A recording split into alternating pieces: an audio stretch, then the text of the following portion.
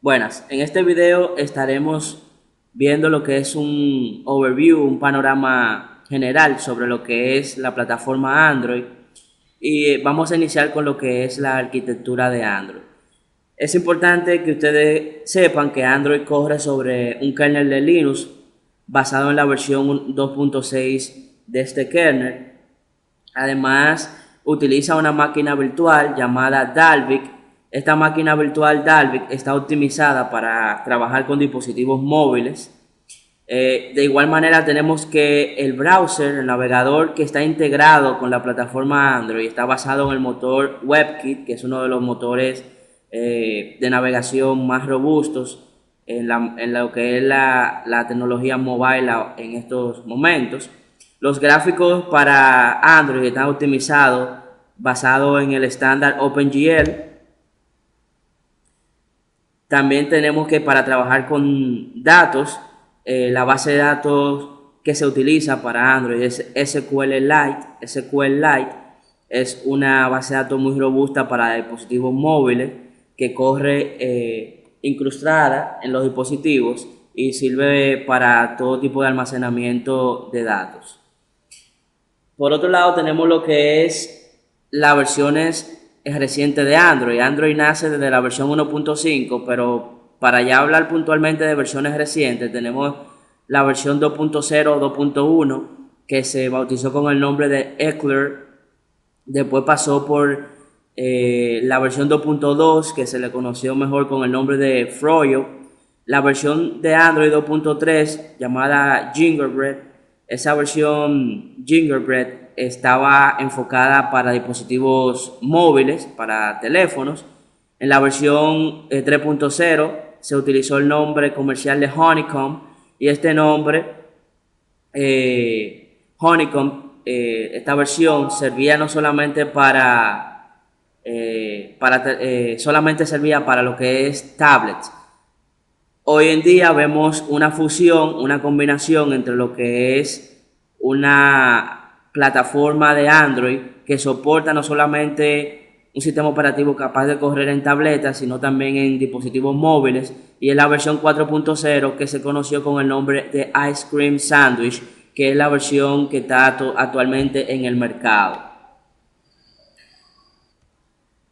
En cuanto al modelo de aplicaciones o los fundamentos de aplicaciones basados en la tecnología Android, tenemos algunas pautas importantes como que las aplicaciones están escritas utilizando el lenguaje de programación Java. Cuando compilamos nuestras aplicaciones, se compilan en un archivo de extensión APK, Android Package File. Este archivo es el que ustedes utilizarían para poder distribuir sus aplicaciones en el Marketplace o en el Amazon Store. Entonces, o en cualquier plataforma donde ustedes desean distribuir, ya sea propietaria o ya sea específicamente de Android, lo que hacen es que distribuyen este archivo APK Android Package para que los usuarios puedan ejecutar sus aplicaciones en la plataforma Android. Tenemos también que cada aplicación se ejecuta en su propio sandbox, aislada de todas y protegida de otras aplicaciones, y utiliza cada aplicación un proceso de Linux. También tenemos que las aplicaciones consisten de componentes, un archivo manifiesto o el manifest file y recursos como son archivos de video, de audio, imágenes que se empaquetan en conjunto con la aplicación para poder tener el rendimiento esperado. Cuando hablamos de componentes, hablamos de 4 componentes esenciales para que nuestras aplicaciones Android puedan funcionar correctamente. Y estos componentes son los activities o actividades, los services o servicios, los content providers o proveedores de contenido y los broadcast receivers. Y estos 4 componentes forman todo lo necesario para poder crear una aplicación robusta desde la plataforma Android que pueda comunicarse con otras aplicaciones o responder a ciertos tipos de notificaciones. Vamos a ver en detalle cada uno de estos componentes para ver cómo opera. El primero de estos son los activities. Los activities representan un único screen con una interfase de usuario. Es decir, si ustedes tienen una aplicación, digamos un cliente de correo, esa pantalla que visualiza para ustedes ver su correo representaría un screen. Pero cuando ustedes desean abrir un correo y leerlo, eso sería otra activity, otra actividad que se inicia y donde ya pasan la actividad que estaba mostrando, se pasa a otro estado. Entonces hay una transición entre diferentes actividades. Digamos que, por ejemplo, leemos un correo y después queremos escribir un correo, damos clic a Compose Email y ahí se inicia otra actividad para la cual nosotros estaríamos pues realizando una intención en particular. Pero también tenemos que los activities, las aplicaciones en sí pueden tener múltiples activities. Como les decía anteriormente, una actividad conforma o representa la ventana con la interfase de usuario, pero esa interfaz, ese screen, puede dar lugar a que se inicie otra actividad con otra interfase totalmente diferente. De manera que las aplicaciones en memoria, en la plataforma Android, pueden contener tantas actividades sea necesario para poder dar un resultado al usuario esperado.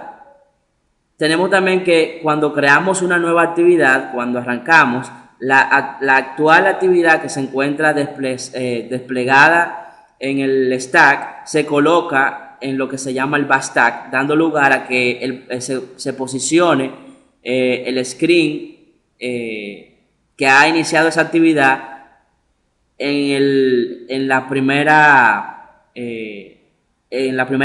digamos, parte del stack, en la primera fila del stack.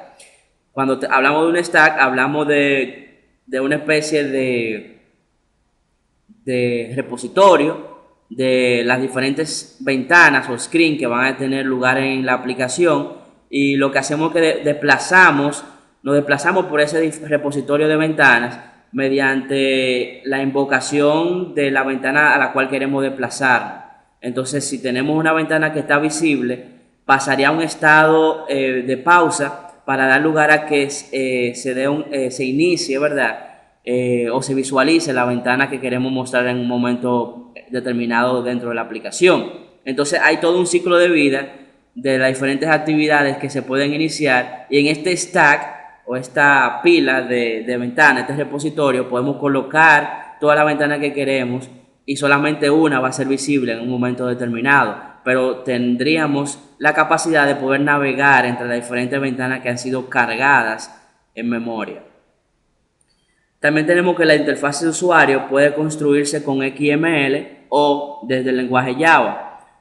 La recomendación es que se construya desde XML para poder separar lo que es la parte visual de la aplicación de la parte que realmente procesa una lógica determinada de la aplicación. Entonces nos dedicamos a que en la parte de XML construimos la apariencia de la aplicación, todo lo que tiene que ver con la visualización o la interfase gráfica, y en Java ponemos toda la lógica de programación que se requiere para que se procese una inteligencia en el modo de operar de nuestra aplicación conforme al objetivo que queremos lograr. Podemos monitorear todo el ciclo de vida de una actividad mediante invocación de métodos como el método onStart, onPause y diferentes métodos que nos permiten reaccionar o responder de una manera específica dependiendo del estado que queremos o que tiene una actividad en un momento dado. Entonces, con estos métodos podemos responder a diferentes eventos dependiendo de si la ventana está en un estado de pausa, que cuando pasa de ser visible a un modo pasivo, ¿verdad? Que ya no está visualizada en el stack de interfase gráfica. En cuanto a servicios, pues los servicios son aquellas operaciones que ejecutamos de un modo continuo y extendido en background. O sea, ejecutamos una aplicación y no necesariamente esta aplicación tenemos que ver lo que está realizando, pero sabemos por la acción que tiene que realizar que se va a ejecutar en el fondo. O sea, aún se esté visualizando o estemos realizando alguna operación con la interfase gráfica del dispositivo, en background un servicio seguiría realizando su operación. Por lo tanto, un servicio no tiene interfase gráfica. Sin embargo, es de gran utilidad para operaciones que deben ejecutarse independientemente de si queremos mostrar un resultado visible o no al usuario, tales como operaciones de conexión en red, reproducción de música, etcétera. Por ejemplo, nosotros podemos iniciar una actividad de un player de música, iniciar la ejecución de una música, la reproducción de una música. Sin embargo, podemos cerrar o irnos a otra ventana o a otro screen de, de una aplicación diferente, y esta actividad se va a seguir ejecutándose de modo que no tenemos que tener una representación visual para saber que está en operación. También tenemos que los services se ejecutan independientemente del componente que la ha creado. En el mismo caso, como le decía, de un reproductor de música, iniciamos la música, pero no tenemos que tener el reproductor en pantalla para que la música se siga reproduciendo. Esto se logra mediante los servicios. Por otro lado, podemos hacer que un servicio se enlace a un componente de otra aplicación si esta aplicación tiene los permisos o la autorización para realizarlo, de manera que un componente de otra aplicación puede activar un servicio que hemos desarrollado que va a empezar a funcionar cuando ese componente active la ejecución del servicio. Otro de los componentes que podemos utilizar en aplicaciones Android son los content providers. Los content providers se utilizan específicamente para el almacenamiento y recuperación de datos y para hacer que estos datos sean accesibles a todas las aplicaciones que están en Android, en el sistema operativo Android. Lo que quiere decir esto es que para poder nosotros compartir información, la única forma de lograrlo entre una aplicación y otra, necesitamos tener un content provider. Este content provider es el único modo de poder hacer que diferentes aplicaciones compartan información entre sí. La forma en que actúa un content provider es mediante la exposición o vamos a decir, la inicialización de un URI público que representa de forma unívoca el dataset o el conjunto de datos que esa aplicación quiere compartir con las demás aplicaciones. Entonces, este URI público es esencial para poder realizar o compartir información dentro de diferentes aplicaciones. Los datos se exponen mediante tablas simples en un modelo, de base de datos, un modelo de base de datos que consiste en tablas. Estas tablas las podemos utilizar en el mismo esquema en que trabajamos con una base de datos o un modelo de base de datos conocido. También tenemos que Android contiene muchos providers para diferentes actividades como poder ver los contactos, poder consumir un tipo de media específico, entre otros. Estas aplicaciones, por ejemplo, los contactos, la lista de contactos exponen un content provider inbuilt, o sea, que está ya preconstruido dentro de la arquitectura Android, para que yo pueda, desde cualquier aplicación que yo crea, que yo realice, que yo desarrolle, pueda acceder a esa lista de contactos mediante esos content providers que dispone el sistema, que son muchos y que va a depender del tipo de recurso o del tipo de información, de datos que yo quiero acceder desde mi aplicación al dispositivo o al sistema Android. Finalmente tenemos el componente en Broadcast Receivers. El Broadcast Receiver consiste en un componente que responde a diferentes notificaciones o difusiones de alertas y notificaciones que se dan a lo largo de todo el sistema operativo. Estas difusiones de notificaciones o broadcasts las podemos recibir mediante los broadcast receivers. Ejemplo de ellos es cuando, por ejemplo, la pantalla se entra en un modo de hibernación o se apaga, o la batería está baja y se notifica al sistema Android que la batería está en modo bajo, en baja calidad, en bajo rendimiento. O cuando tenemos poca cobertura de red, el sistema Android notifica mediante un broadcast a todo el sistema que la cobertura de red se ha perdido. Y esos son ejemplos de broadcast receivers que nosotros en nuestras aplicaciones podemos utilizar, pero también podemos iniciar nuestros propios broadcasts. O sea, desde nuestra aplicación podemos invocar o hacer nuestra propia difusión de notificaciones para que otra aplicación responda a esa notificación que hemos realizado, para así tener diferentes opciones de que la aplicación que mejor responda a ese mensaje pueda realmente utilizarse. También tenemos que, al igual que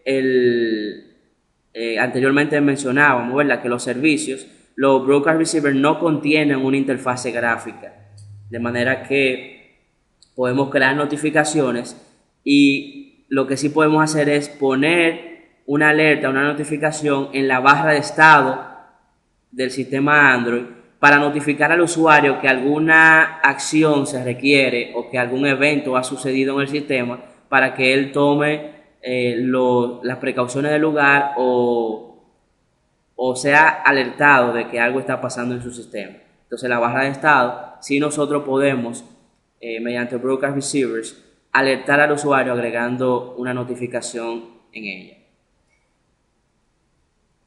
Por otro lado, tenemos lo que es el Android Manifest File, que es el archivo manifiesto. El archivo manifiesto es un archivo muy importante que debe estar en el directorio raíz de nuestro proyecto. Este archivo, cuyo nombre debe ser exactamente androidmanifest.xml, es un archivo básicamente de información, para presentar información sobre la aplicación que nosotros tenemos desarrollada al sistema Android. Este archivo describe los componentes que estamos utilizando en la aplicación, declara los permisos que son requeridos para que la aplicación pueda ejecutarse, y estos permisos, por ejemplo, cuando ustedes descargan una aplicación del Android Market, ustedes se fijan se podrán fijar que le especifica cuáles son los permisos que necesita esta aplicación para ejecutarse en su dispositivo, ya sea conexión de internet, o ya sea acceso a alguna configuración o algún elemento del sistema. Entonces, estos permisos se declaran en lo que es el Android Manifest File, para que el sistema Android tenga conciencia de ello. Y también tenemos que en el Android Manifest File se declara el mínimo Android API level que la aplicación requiere. Por ejemplo, si nosotros queremos hacer una aplicación que necesita por lo menos la versión, el API 10 o la versión Gingerbread de Android, esto se especifica o se declara en el archivo manifest file, para que cuando ustedes descarguen la aplicación o se utilice la aplicación, por lo menos exija que el API, el mínimo nivel de API que debe tener es el de esa versión para la cual ustedes requieren esa funcionalidad. De manera que si la aplicación, ustedes tienen un dispositivo que no cumple con esos parámetros, ni siquiera le va a salir en el Android Market, porque es una especie de filtro que se coloca en el Android Manifest File. Bien, entonces hemos visto todo este compendio de información que es importante comprender para poder empezar a elaborar o a trabajar con el desarrollo de aplicaciones para Android. Es importante que conozcan esto y ya lo veremos en la práctica mediante próximos videos que van a estar orientados al desarrollo de todo lo que hemos visto anteriormente, como los componentes esenciales para trabajar una aplicación.